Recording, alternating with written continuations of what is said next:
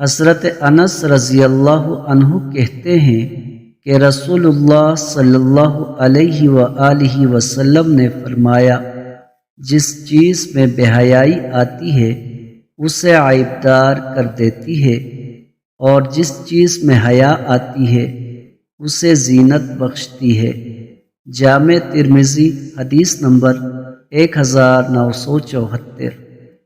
حضرت ابو ہریرہ رضی اللہ عنہ سے روایت ہے کہ نبی اکرم صلی اللہ علیہ وآلہ وسلم نے فرمایا، اس قدر اپنا نسب جانو جس سے تم اپنے رشتے جوڑ سکو، اس لیے کہ رشتہ جوڑنے سے رشتہ داروں کی محبت بڑھتی ہے، مال و دولت میں اضافہ ہوتا ہے، اور آدمی کی عمر بڑھا دی جاتی ہے۔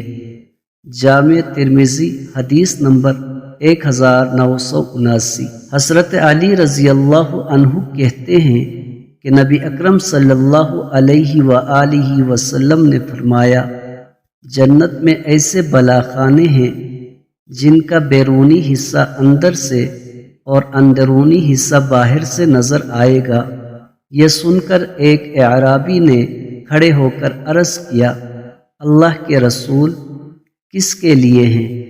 آپ صلی اللہ علیہ وآلہ وسلم نے فرمایا، جو اچھی طرح بات کرے، کھانا کھلائے، خوب روزہ رکھے، اور اللہ کی رضا کے لیے رات میں نماز پڑھے جبکہ لوگ سوئے ہوں۔